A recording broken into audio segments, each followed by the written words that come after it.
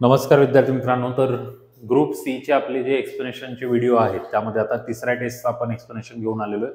पहिल्या 2 टेस्ट आपण फ्रीमध्ये दिल्या होत्या, तर त्या खूप मुलांनी अटेम्प्ट केलेल्या आहेत. पण त्यानंतर पण तुम्हाला पुढच्या टेस्ट अटेम्प्ट करायच्या असतील तर आपल्या ॲपवरती जाऊन टेस्ट सिरीजमध्ये एनरोल करावं लागेल. तर ज्यांनी अजून एनरोल केलं नाही त्यांनी करून घ्या. 1 जूनच्या आधी आपल्याला या सगळ्या टेस्ट सिरीज द्यायच्या ज्याचा फायदा आपल्याला होईल. तर आता गणित बुद्धिमत्ताचं आपण एक्सप्लेनेशन बघू. पहिला प्रश्न आपल्याला दिलेला आहे प्रॉब्लेम ऑन एजेसचा. थोरला राम आणि धाकटा श्याम यांच्या वयात 16 वर्षाचा फरक आहे. 6 वर्षापूर्वी रामचे वय श्यामच्या 3 पट होते, तर रामचे सध्याचे वय किती आहे?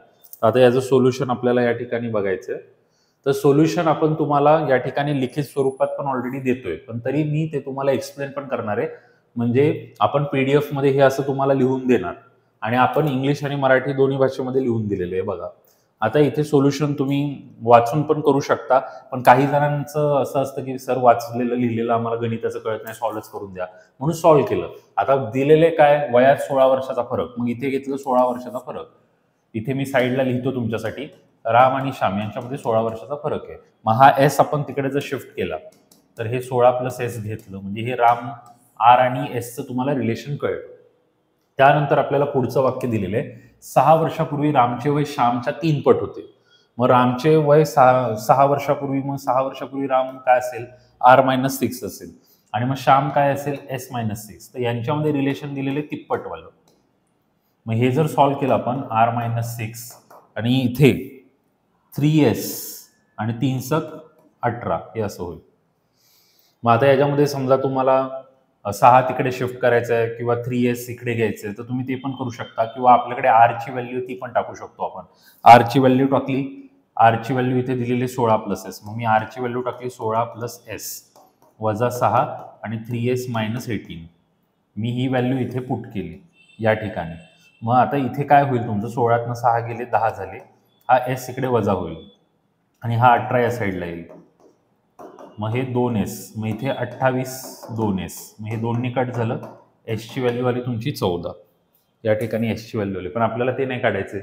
आपल्याला काय विचारलेले, कोणाचं वय विचारलेलं, तर 16 वर्षाचा गॅप आहे. मग 14 मध्ये 16 मिळवल्यावरती डेफिनेटली काय येतं, 30 येतं. 14 + 16, कारण एस म्हणजे जो श्याम होता तो छोटा आहे ना, तो 14 वर्षाचा आहे. त्यात 16 मिळवल्यावरती मग 30 वर्षाचा राम होईल. तर या वाक्यामध्ये थोडंसं कन्फ्युजन होऊ शकते इक्वेशन बनवताना. 6 वर्षापूर्वी रामचे वय हे श्यामच्या 3 पट आहे, पण श्यामच्या कधीच्या वयाच्या, तर श्यामच्या पण 6 वर्षापूर्वीच्या वयाच्या, म्हणून इथे -6 घेतलेले. तर त्या वाक्यामध्ये तुमचं कन्फ्युजन झालं तर तिथे आपण अडकू शकतो. चला नेक्स्ट क्वेश्चनकडे जाऊ आपण.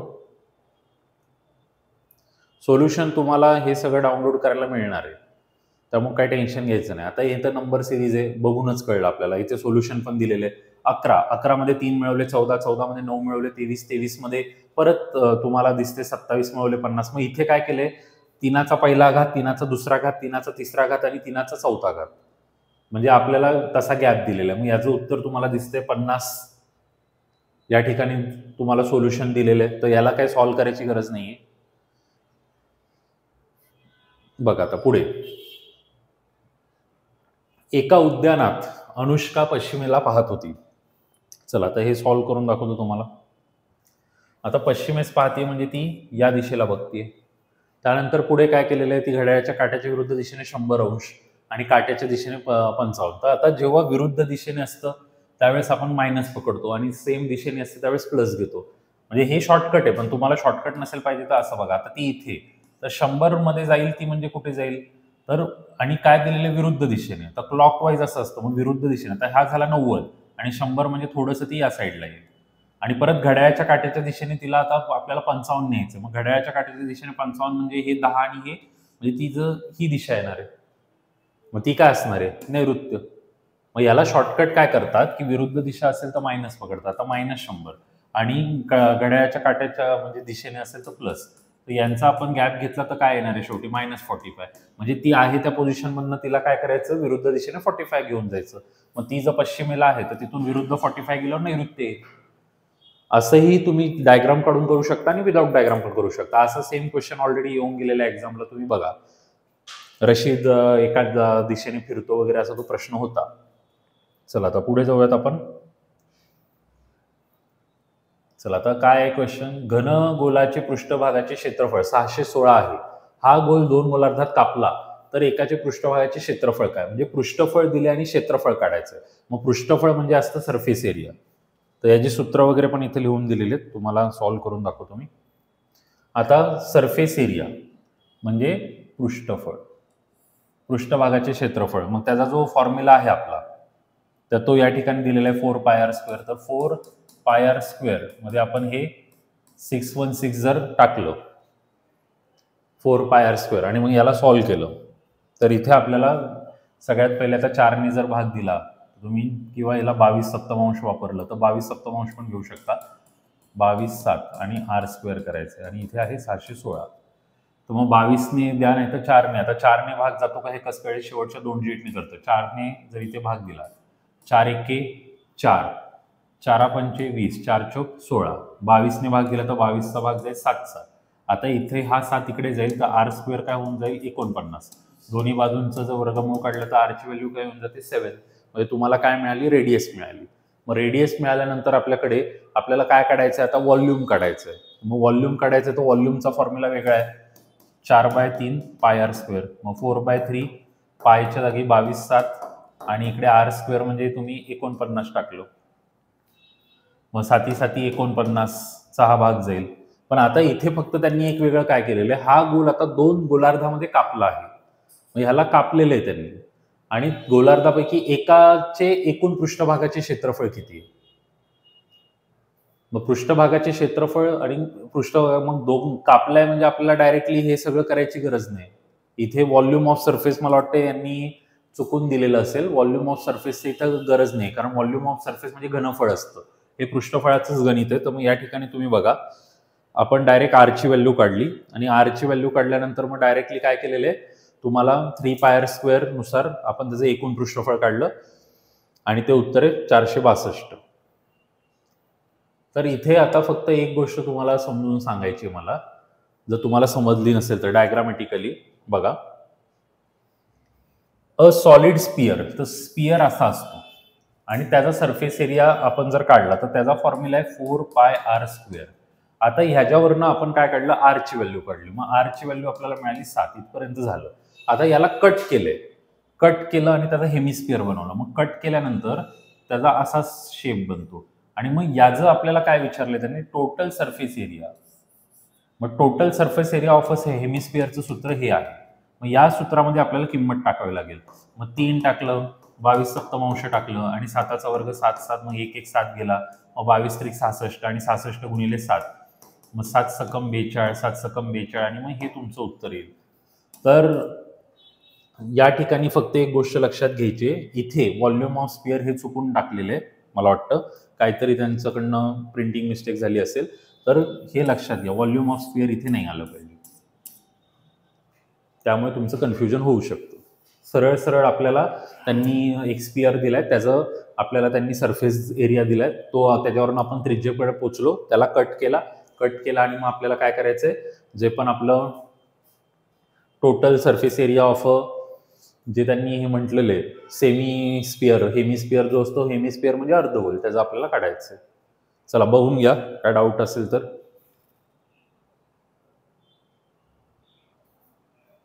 चला पुढच्या क्वेश्चनकडे वळू आपण.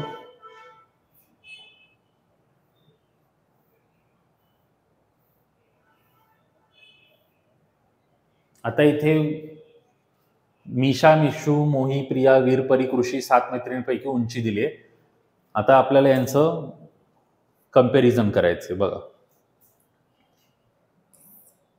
कंपॅरिझनचा क्वेश्चन आहे. मला इथे थोडासा क्वेश्चन वरती घेतो.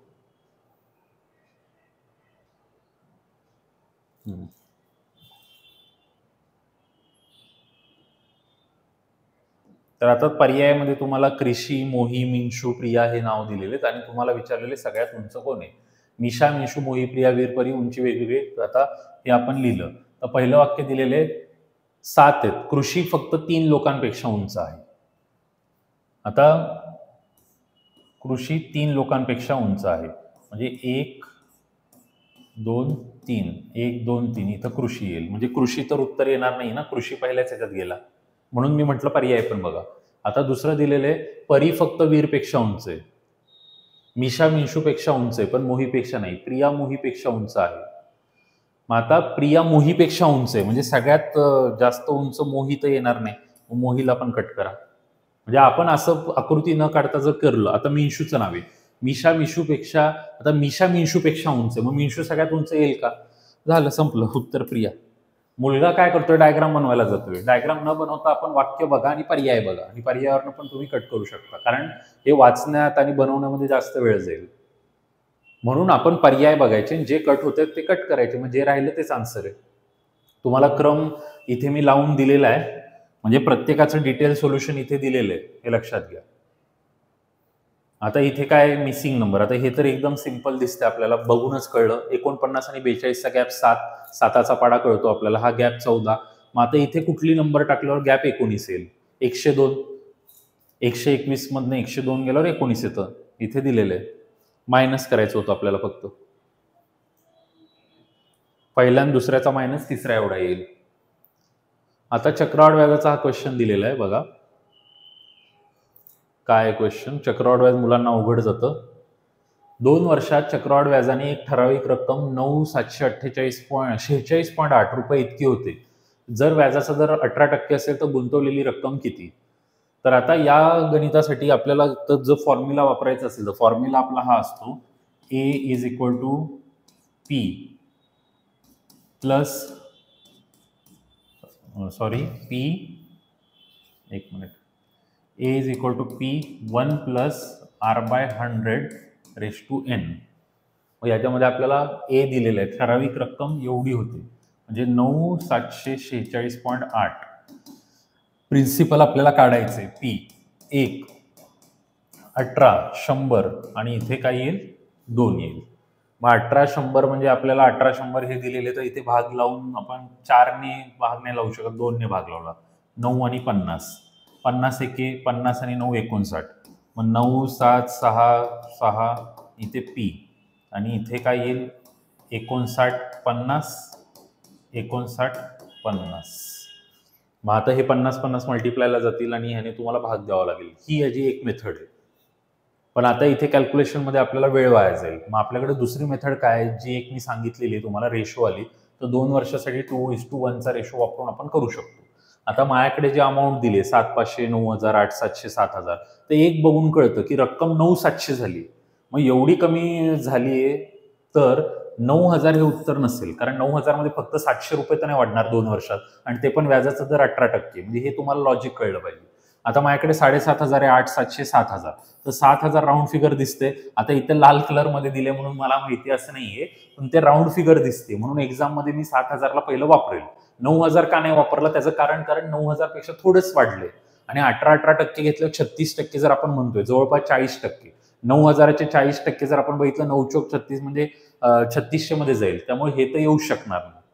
मग आता मी काय करणार, 7,000चं 18% काढले तर मग तुम्हाला ते बघावं लागेल.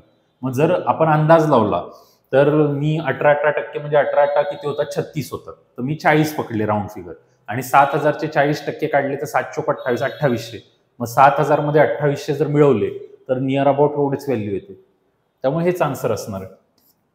आणि रेशो मेथड पण करता येईल, पण रेशो मेथडमध्ये थोडं कॅल्क्युलेशन वास्ट होईल, तर असं तुम्ही अंदाज डायरेक्ट लावून पण करू शकता.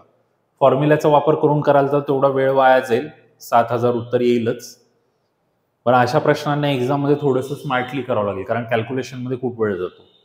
आता इथे काय म्हटलेलं आहे, एखादी वस्तू विशिष्ट किमतीला विकून महिलेला 30% नफा होतो. जर तिने ती वस्तू दुप्पट किमतीला विकली तर नफा किती असेल?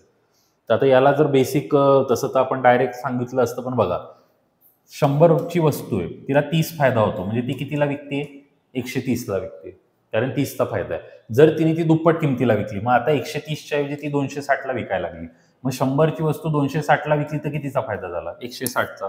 झालं, काहीच करायचं नाही. चला नेक्स्ट क्वेश्चन.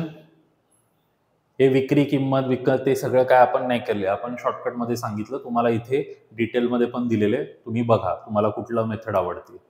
आता इथे दिलेले बघा, दररोज 10 तास काम करून 6 पुरुष ठराविक दिवसात भिंत बांधू शकतात.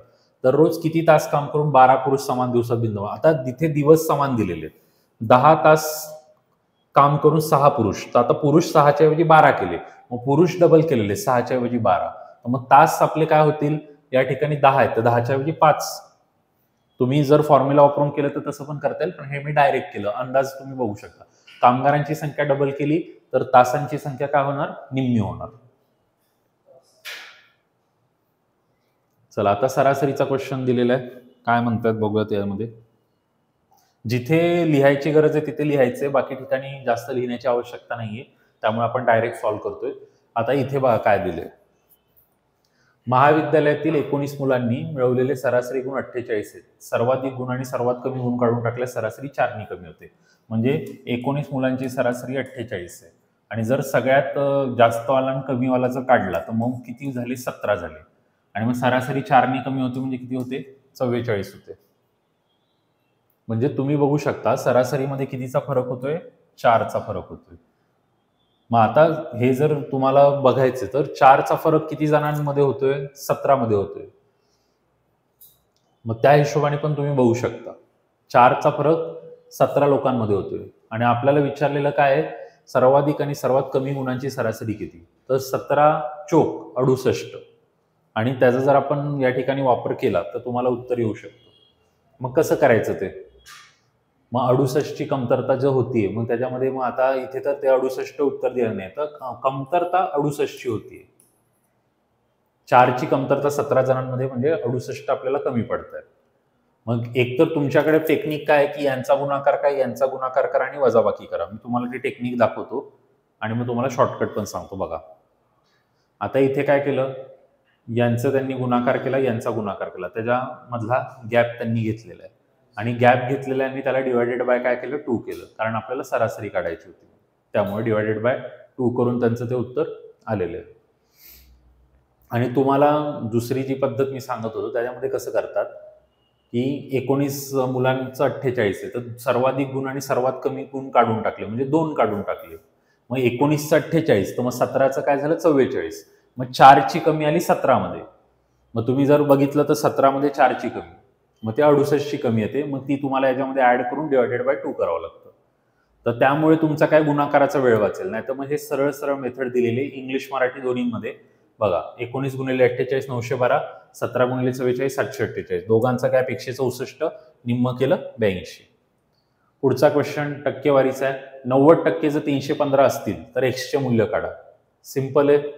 कसं करायचं बघा, 90% 315 तर 100% किती, समोरासमोर लिहायचं, 0 0 गेला, 9ने जर इकडे भाग दिला, 9 त्रिक 27, 9 5 45, 35 आणि 10 किती उत्तर आलं, 350.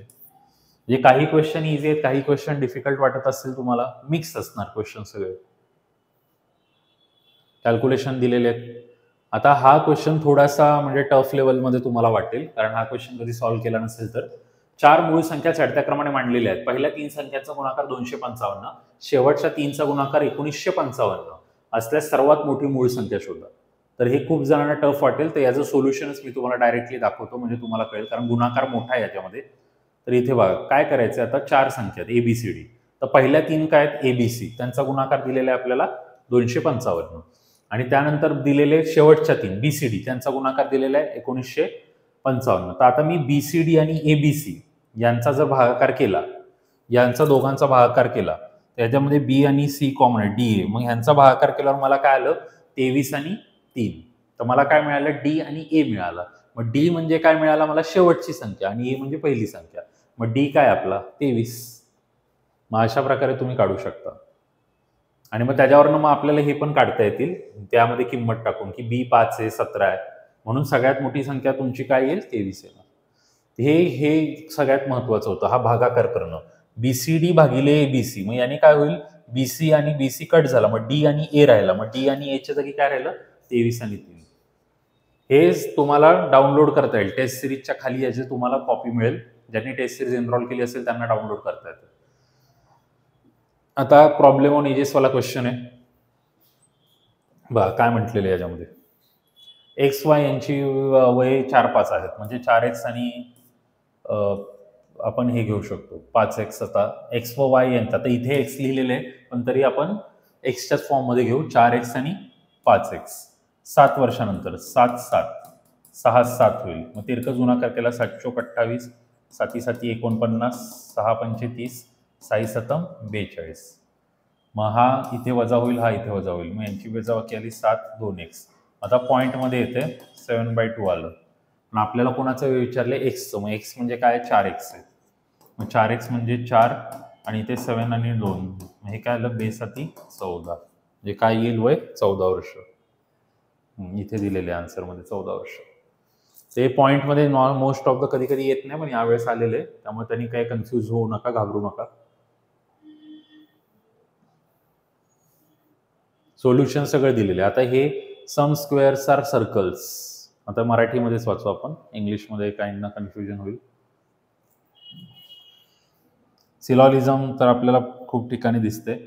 आता काही चौरस वर्तुळे आहेत, काही चौरस वर्तुळे आहेत, म्हणजे हे चौरस आहेत आणि ते वर्तुळे आहेत. काही चौरस वर्तुळे आहेत असं आपण केलं. एकही वर्तुळ त्रिकोण नाही, एकही वर्तुळ त्रिकोण नाही. म्हणजे समजा त्रिकोणला इथे टाकलं आपण, एकही वर्तुळ त्रिकोण नाही, साईडला टाकलं. एकही रेषा चौरस नाही, म्हणजे समजा रेषाला इथे टाकलं. तर आता आपल्याला वाक्य काय दिलेले, सर्व चौरस त्रिकोण असण्याची शक्यता आहे. सर्व चौरस त्रिकोण असण्याची शक्यता कधीच नाहीये, कारण चौरसाचा अर्धा भाग वर्तुळामध्ये, त्यामुळे तो नाही जाऊ शकत. म्हणजे पहिलं गेलं, काही रेषा वर्तुळे असू शकतात, असू शकतात, असू शकतात म्हणजे शक्यता आहे, कारण रेषा इथे जाऊ शकते ना. मी इथे काढली पण रेषा तिथे पण जाऊ शकते. त्यामुळे मग ओनली कन्क्लुजन 2 फॉलोज. बघा डाऊट असेल तर सांगू शकता. चला पुढे जाऊयात आता.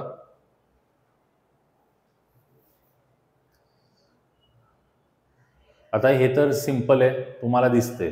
एनिवेला असं लिहिलेलं, तर बॅटलला असं लिहिलेलं, तर कॉस्टलीला कसं लिहिणार. मग याच्यामध्ये काय काय चेंज झालेले ते आपल्याला बघायचंय. एनी आणि वे हे शब्द चेंज झालेले. बॅटलमध्ये टॅबलेट असा शब्द, म्हणजे बॅटचा टॅब केलाय आणि याला उलट केलेलं आहे. मग कॉस्टलीला पण कॉस्टचा तिकडे जाईल, म्हणजे हा कॉस आहे तो उलटा झाला सॉक, आणि हा TLYचा YLT. बस एवढंच केलंय. त्यामुळे जास्त लिहिण्याचं वगैरे टाइमपास आपण नाही करत, तुम्हाला कळून गेलेले ते. आता तुम्ही उत्तरेकडे 1 किलोमीटर जा. आता अशा क्वेश्चन्समध्ये ना 1-2 किलोमीटर ते न घेता तुम्ही फक्त दिशा बघितल्या तरी चालतात, कारण इथे शेवटी तुम्हाला दिशा विचारली. तुम्ही उत्तरेकडे जा, म्हणजे आता समजा उत्तरेकडे गेलो आपण, तुम्ही उत्तरेकडे जा असं म्हटलेलं, उत्तरेकडे जा, उजवीकडे वळा. किती किलोमीटर जा ते नाही म्हटलं तरी नंतर डावीकडे वळा, मग नंतर डावीकडे वळा. 1 किलोमीटर जा, पुन्हा डावीकडे वळा, पुन्हा डावीकडे वळा, नंतर पुन्हा डावीकडे वळा. कुठली दिशा आहे, खाली बघतोय म्हणजे कुठली दिशा आहे, साऊथ. तर इथे या गणितांमध्ये 1 2 वगैरे काय करायची गरज नाही. जिथे आपल्याला किती अंतरावर असेल असे प्रश्न असतील तिथे आपल्याला हे पण बघण्याची गरज असते. इथे नुसतं त्यांनी पळवलं इकडे जा तिकडे जा, तर ते आपल्याला करता येतं. चला पुढे.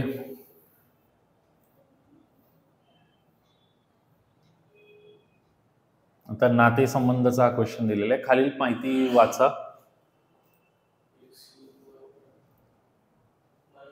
आणि आपल्याला खालील प्रश्नाचं उत्तर द्यायचंय. वाय ही झेडची आत्या आहे.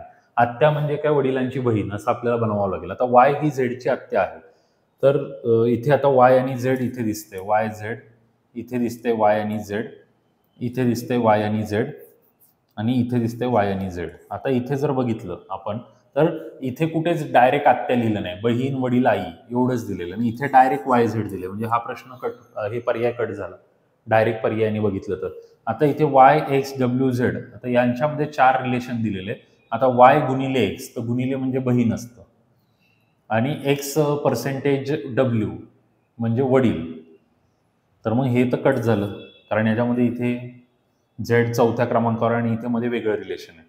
आता यामध्ये झेड गुणिले एक्स म्हणजे एम ही यांची बहीण, मग झेड ही एक्सची बहीण, झेड ही एक्सची बहीण आणि एक्स हॅश वाय आई. मग हे चुकलं, म्हणजे राहिलेला पर्याय हाच आहे. आता हा आपण बरोबर कसा ते पण दाखवू. वाय गुणिले एक्स पर्सेंटेज झेड, मग हे काय दाखवतो, वाय गुणिले एक्स,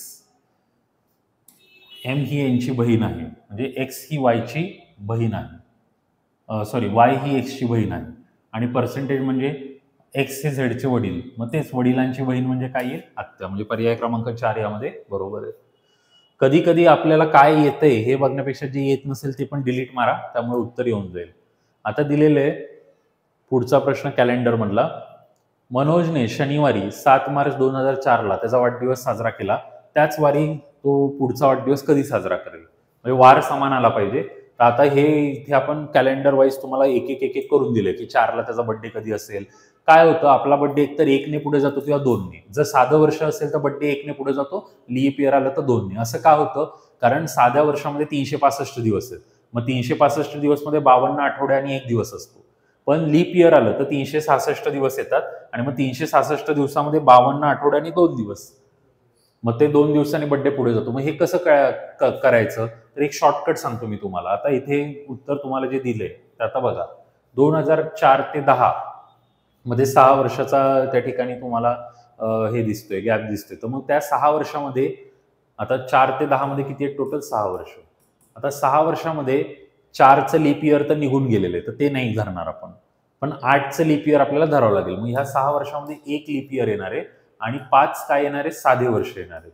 मग साध्या वर्षामध्ये कितीने पुढे जावं लागतं? 1ने. आणि लीप इयरमध्ये 2ने. मग 2 आणि 5 म्हणजे आपल्याला 7ने पुढे जायचंय. 7ने पुढे जायचं म्हणजे दर 7व्या दिवशी परत तोच वार रिपीट होतो. जर 7 दिवसांनी तोच वार रिपीट होतो. म्हणून मग यामध्ये उत्तर येणार आहे 2010. म्हणजे 2010ला परत त्याचा बर्थडे शनिवारी येईल. आणि तुम्हाला तसं नसेल समजत तर तुमच्यासाठी असे एक एक एक एक लिहून दिलेले इथे स्टेप बाय स्टेप. ते हे पण तुम्ही बघू शकता. आता हा क्वेश्चन मगाशी केलेला तसाच आहे सेम. सर्व हत्ती वाहक आहेत बघा. सर्व हत्ती वाहक आहेत. सर्व हत्ती वाहक आहेत. सर्व हत्ती वाहक आहेत. सर्व वाहक घोडे आहेत. सर्व वाहक घोडे आहेत. कोणताही घोडा उंट नाही. मग उंटाला साईडला गेली. काही घोडे हत्ती आहेत. तर काही घोडे हत्ती आहेत. हो आहेत. म्हणजे फर्स्ट बरोबर आहे. काही उंट वाहक आहेत, काहीच संबंध नाही. उंट बाहेर आहे. Only one follows. झालं डायग्राम मध्ये.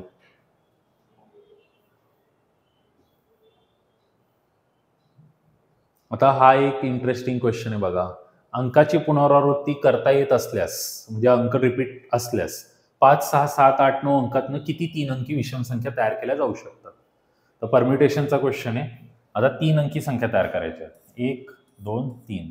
पण महत्वाचे विषम पाहिजे. मग विषम पाहिजे तर विषम कशावरनं ठरणार?